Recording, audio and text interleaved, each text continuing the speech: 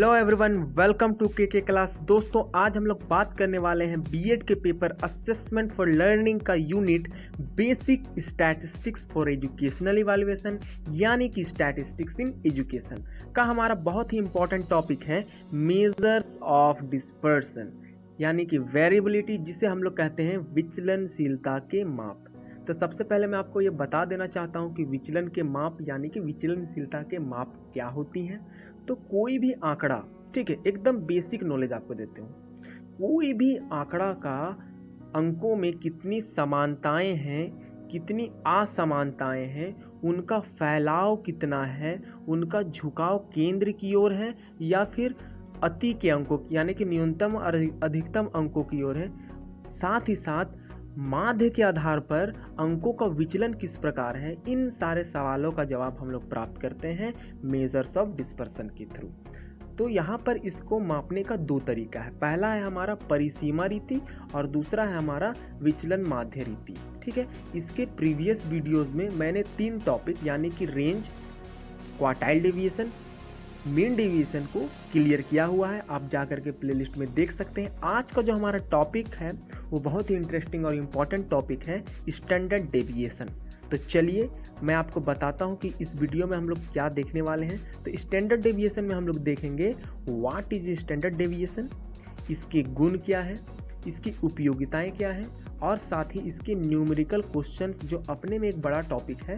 तो संक्षेप में बस इसका एक हम लोग एग्जाम्पल यानी कि स्टैंडर्ड डेविएशन फॉर्मूला देख लेंगे और इसके अगले वीडियो में मैं अलग से ग्रुप और अनग्रुप डाटा के लिए स्टैंडर्ड डेविएशन का एक वीडियो बना दूंगा। तो सबसे पहले हम लोग देखते हैं कि मानक विचलन से आप क्या समझते हैं, what do you mean by standard deviation. परिभाषा देखने से पहले मैं आपको एक सिंपल लैंग्वेज में बताना चाहता हूँ कि स्टैंडर्ड डेविएशन यानी कि मानक विचलन का कार्य क्या है। मानक विचलन एक्चुअल में कुछ बड़ा चीज़ है नहीं, ये हमें सिर्फ ये बताता है कि कोई भी आंकड़ा का औसत के आधार पर अंकों का फैलाव कितना है, क्या वो औसत से ज़्यादा उसका विचलन हो रहा है या फिर औसत से कम हो रहा है। तो इन सारे सवालों का जवाब हम लोग प्राप्त करते हैं मानक विचलन यानी कि स्टैंडर्ड डेविएशन के। और इसके लिए हम लोग क्या करते हैं, किसी आंकिक श्रृंखला के मध्यमान से यानी कि एवरेज से, किसी भी डाटा का एवरेज से हम लोग क्या करते हैं, अंकों के विचलन के वर्ग। अंकों के विचलन कहने का मतलब है जो भी अंक रहेगा उस डाटा में उसका विचलन यानी कि औसत से इसको हम लोग जब घटा देते हैं तो हमको जो संख्या मिलता है उसको हम लोग कहते हैं, उसको विचलन कहते हैं, डी यानी कि डेविएशन के वर्ग का औसत का वर्गमूल मानक विचलन कहलाता है या उसे हम लोग कहते हैं। अर्थात मानक विचलन क्या हो गया, किसी भी आंकिक श्रृंखला के औसत से जब हम लोग विचलन निकालते हैं तो डी होता है, उसका स्क्वायर कर दिए हैं और उसका एवरेज निकाल के वर्गमूल लगा दिए तो हमको मिल गया स्टैंडर्ड डेविएशन और ये होता है हम लोगों का सिग्मा। ठीक है, आगे हम लोग बात करते हैं डी क्या है, अंकों के मध्यमान से विचलन के वर्ग।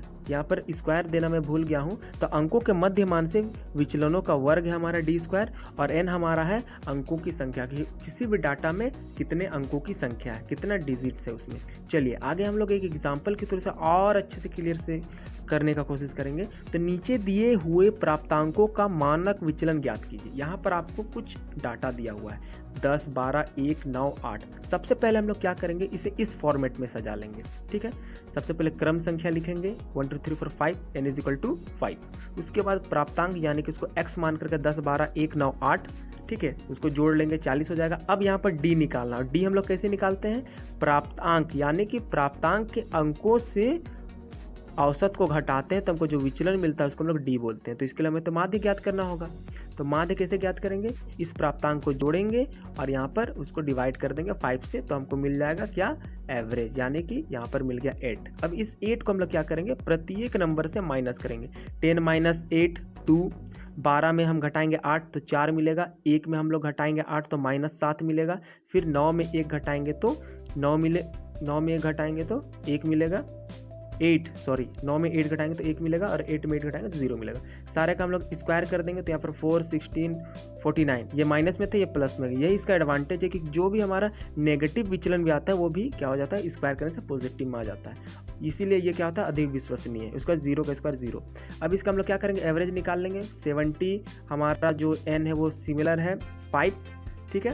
n यहाँ पर लिखना था, 5 लिख लिया, यहाँ पर 14 आ जाएगा और यहाँ पर आ गया 3.74, जो कि एवरेज से कम है। यहाँ पर आप देख पा रहे होंगे ये एवरेज से कम है। कहने का मतलब ये है कि इसका जो फैलाव होगा डाटा का वो क्या होगा, ज़्यादा विचलित नहीं कर रहा होगा, सिमिलर टाइप का होगा एवरेज के जैसा। जैसे यहाँ पर आप डाटा देखिए तो क्या मिलता है आपको, 10, 12 जो सिमिलर ही है, 8 तो सेम हो गया, 9 भी सेम हो गया, बस एक हमारा थोड़ा सा डिफरेंट है। तो ये हमें आपको पहले ही बताया था कि हमारा मानक विचलन करता कुछ खास नहीं है, सिर्फ हमें ये बताता है कि अंकों का जो औसत है वो हमारा आंकड़ों के अंकों से कितना ज़्यादा है या कितना कम है, मतलब कितना उसका फैलाव है। आगे हम लोग बात करते हैं इसके कैरेक्टरिस्टिक्स के बारे में। तो पहला जो कैरेक्टरिस्टिक्स है वो बताता है मानक विचलन आंकड़ों के सभी अंकों को समान महत्व देने के कारण विचलन का एक यथार्थ माप है।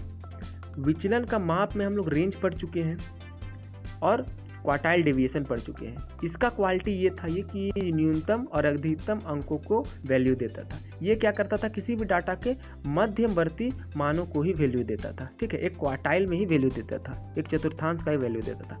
लेकिन ये क्या कर रहा है, सारे अंकों का एवरेज निकाल के प्रत्येक अंकों के साथ उसका विचलन प्राप्त कर रहा है। कहने का मतलब है कि सारे अंकों को यह वैल्यू दे रहा है, इसलिए एक यथार्थ माप है, निरपेक्ष नहीं है, सापेक्ष है। आगे हम लोग बात करते हैं मध्यमान विचलन के प्रतिकूल। मध्यमान मतलब हमारा हो जाएगा मीन डेविएशन के उल्टा में एक गणित की ही क्रिया प्लस तथा माइनस चिन्हों का निरसन करता है, मतलब उसको भंग करता है। इस कारण इसमें गणित संबंधी दोष नहीं होते। देखिए जो हमारा मीन डेविएशन का है उसका फॉर्मूला है सिग्मा डी बाय एन, ठीक है, सिग्मा डी बाय एन। तो ये जो हमारा डी है इसमें हम लोग क्या करते हैं, मोड लगा देते हैं, जिससे जब अभी हमारा जो माइनस जो आया था अभी उसका भी मान क्या होता है, चेंज हो जाता है और एक्चुअल वैल्यू हमें नहीं मिल पाता है कि क्या था, जो इस विधि में क्या हो जाता है, बिल्कुल समाप्त हो जाता है, एकदम नीरस हो जाता है, रिपेल कर देता है उसको। तो इसलिए ये क्या है, एक इस कारण हमें इससे गणित संबंधी दोष नहीं मिलते। तीसरा है यह पूर्णता केंद्र प्रवृत्ति के माप यानी कि माध्य, माध्यक और बहुलक, ठीक है। क्वेश्चन सॉल्व करने के लिए मैं माध्य यूज करता हूँ, आप माध्यक और बहुलक भी यूज कर सकते हैं और इससे भी हम लोग स्टैंडर्ड डेविएशन फाइंड कर सकते हैं। तो ये पूर्णता उस पर आधारित होता है। फिर अगला हमारा जो पॉइंट है, या विचलन माप का सबसे विश्वसनीय माप है। ऑब्वियस सी बात है, जब वो सारे अंकों को वैल्यू दे रहा है, प्लस माइनस का भी ध्यान रख रहा है, तो सबसे वैलिड ही माप होगा, मेजर्स होगा standard deviation, measures of dispersion का। अगला हमारा जो पॉइंट है, मानक विचलन के कम मान आने का मतलब है अधिकांश संख्या औसत के बराबर है, क्लियर किया हुआ हो जस्ट, तथा एक उच्च मानक विचलन का मतलब है कि संख्या औसत से अधिक फैली हुई है, ठीक है। यहाँ पर फिर से मैं आपको क्लियर कर देना चाहता हूँ, अभी जो वैल्यू आया वो कितना आया, वो आया हमारा 3.74, जो कि इससे काफ़ी छोटा है, मतलब न्यूनतम मान है। न्यूनतम मान यानी कि जो आंकड़ा होगा वो फ्लक्चुएट कम करेगा, यानी कि उसी के बराबर में होगा। 8 बराबर में 9 हो गया, 10 हो गया, सिमिलर टाइप। 12 थोड़ा सा ज़्यादा है और एक एकदम ही कम है, मतलब अधिकांश देखा जाए तो सिमिलर है। लेकिन अगर यदि यही हमारा जो डाटा है वो अगर 8 से ज़्यादा आ जाता, औसत से ज़्यादा आ जाता, तो वो ज़्यादा फ्लक्चुएट करता। आगे हम लोग बात करते हैं इसके यूजेस के बारे में। तो पहला इसका यूजेस है कि मानक विचलन का उपयोग यह बताने के लिए किया जाता है कि समूह के अंकों का औसत से अंकों का फैलाव कितना है, एकदम कि ज़्यादा हो रहा था कि कम हो रहा था, इसीलिए फाइंड किया जाता है। दूसरा, उच्च सांख्यिकी गणना में सामान्यतः मानक विचलन का ही प्रयोग किया जाता है। जब हम लोग को हाई लेवल का स्टैटिस्टिक्स प्रॉब्लम सॉल्व करना रहता है, dispersion, measures of dispersion find करना रहता है उसका, तो हम लोग क्या करते हैं, मानक विचलन का ही यूज करते हैं। अगला हमारा जो पॉइंट है वह दैनिक जीवन को लेकर के है। तो दैनिक जीवन में स्टॉक मार्केट में जहाँ पर ज़्यादा फ्लक्चुएशन होते रहता है, कस्टमर सर्वे, उसके बाद वेदर रिपोर्ट एनालिसिस जो होता है, इन सारे चीज़ों में हमारा क्या होता है, स्टैंडर्ड डेविएशन का बहुत ही ज़्यादा यूज होता है। तो इस वीडियो के लिए इतना ही। अगले वीडियो में हम लोग इसके न्यूमेरिकल पार्ट यानी कि ग्रुप डाटा और अनग्रुप डाटा के प्रॉब्लम्स यानी कि क्वेश्चन को सॉल्व करेंगे। तो अगर ये वीडियो पसंद आया तो इसे शेयर करिए, खूब पढ़िए। धन्यवाद। जय हिंद।